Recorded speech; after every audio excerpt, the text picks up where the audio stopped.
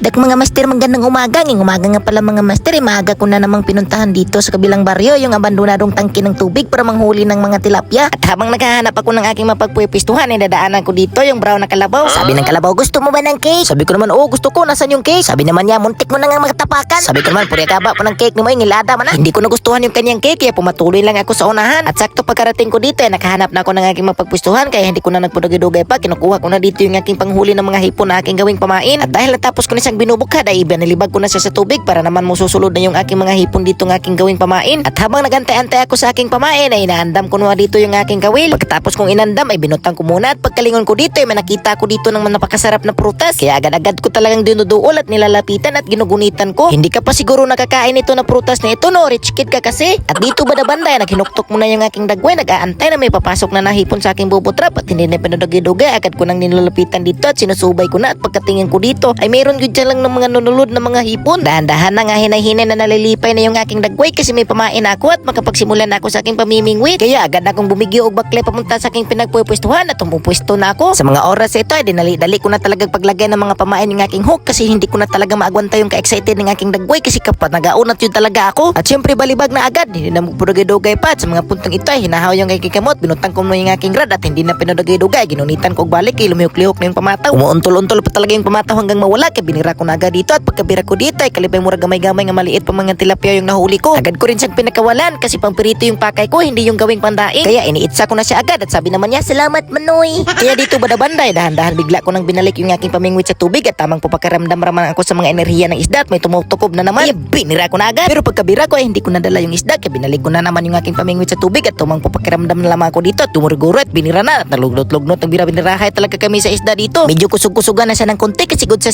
pang pirito. Lumilipay yung aking dagway kasi pagkahawak ko dito ay mga ragsakto na gyud kini pang pirito kaya ni panudugay paslak na agad sa mahiwagang sulanan. Agad kong tinarong yung rig kasi nagtinanda yung linya at pagkuman pagkatarong ay niitsa na naman agad sa tubig. Mga puntong ito ay umuutong talaga ako para mararamdaman ko talaga yung enerhiya ng isda. Hindi panudugay bira na naman. Nakukuratan talaga ang isda pagkabira ko, umuungot-ungot talaga siya og karyo. At sa wakas na may naalsa ko ni siya dito at pagkugunit ko bantog radi ay na makusgan-kusgan na sa gamay kasi sakto na pang pirito. At kaya nga pala dito ko nagustuhang pumisto dito sa tangke na ito kasi sobrang napakatambok talaga ng mga tilapia dito. Kasi halos lahat ng mga karabo na naninirahan sa lugar na ito ay dito sila halos lahat maliligo. At syempre dahil fertilizer yung mga kababalaghan ng karabo ay isdak na talaga na matatambok talaga yung mga isda dito. Katulad nga nang nahuli ko ng isang ito, napakalaki talaga ng tiyan pero don't panic, it's organic. Kaya ko nga pala laging binalik-balikan ng spot ko na ito kasi sobrang napakalilamnam talaga ng mga tilapia dito. Katulad nga ng tilapia na ito na nahuli ko, sobrang napakalakas talaga ng humila. Hindi pa siya ganong kalakihan pero sobra na yung kanyang lakas. Dahil punong-puno talaga ng bitamina yung kanyang mga ugat. Sobrang napakasarap talaga nitong kainin, good for the heart. At siyempre hindi na pinagdugay, balik agad yung kawil para sunod-sunod talaga yung huli. At hindi na rin pinagdugay, binira ko na rin dito at may nahuli dun agad. Nagtarsan-tarsan pa talaga ang tilapia sa sobrang lipay at pagkahawak at pagkagunit ko dito ay may kasama rin pala siya ditong kuhol. Grabe talaga ito sa spot na ito, pati kuhol ay tumutukob din sa pamingwit. At agad ko na rin hinipos ang tilapia na ito kasi sakto na ito pang pirito at matambok na rin. At pagkahawak ko sa kuhol, sabi ng kuhol, ako tambok po ko kaya nakakaon kong teka ba? Sabi ko naman, ijara ka, di ko na may bahalak di. At habang nagtarong ako sa aking pamingwit, ay nalingon ko dito ang isang insekto na tumutog pa sa aking bagtak na naglakaw-lakaw. Sabi ng insekto, baho apo kag panit oy. Sabi ko naman tabi diyan, samok-samok na makatabi. At dito banda pagkabira ko sa aking pamingwit, ay pagkabira ko dito pagkatingin ko ay kalibay, agad naman bigyan ako dito ng panggatong. Kaya hinuhuho ko na lang dito at niyayabo yung aking pamain para madalian talaga dito pagpain sa aking hook. Kasi nararamdaman ko talaga ang malakas na presensya ng isda. Kaya pinagdugay pag tislop dito ay binira ko na agad at pagkabira ko dito isang matpula-pula na tilapia at matambok-tambok na tilapia yung nahuli ko. Naglimbag-limbag talaga sa sobrang niyang tuwa dahil nakita na kaming dalawa. Agad ko talagang kinukumot ang tangkugo ng isda para hindi talaga siya makakalihok. Sa mga oras ito ay umingisi na talaga yung aking dagway sa sobrang kalipay kasi panigurado punong-puno ng bitamina ang tilapyang ito. At pagkalingon ko sa aking pamingwit ay agad na palang kinakaon ng isda kaya naarsa ko na dito at pagkarsa ko dito ay kalabay nagdubli yung nahuli ko. Anggil na pala itong malaki tapos yung maliit ay kanyang pamangkin. At sabi ng malaki-laking tilapia, pakawala mo yung pamangkin ko Manoy kasi sobrang napakaliit pa niyan, gusto pa niyang matikman yung mga kababalaghan ng mga karabaw. Sabi ko naman, o sige wag kang maalala kasi pang pirito man yung pakay ko dito, hindi pang daing. Sabi ko sa maliit, sige papakawalan kita agad para magpakabusog ka sa mga kababalaghan ng karabaw. Sabi naman niya, salamat Manoy ha. At dito banda-banda tinitingnan ko dito yung aking huli at daghan-daghan gamay naman di sa ito pang pirito kaya hindi na ko nagpudugay-dugay dito ay hinihipos na dito yung aking pamingwit kasi sakto na nga pang ulam itong nahuli ko pang pirito. Hindi lang ako aubos sa rong taman kasi mga good size sa mga pang pirito yung nahuli ko. Lumilipay yung aking dagway kasi may sudaan na naman na libre. At syempre mga master, kung umabot po kayo sa part nito, huwag niyo po akong kalimutang i-follow at i-share. Maraming salamat po sa inyo.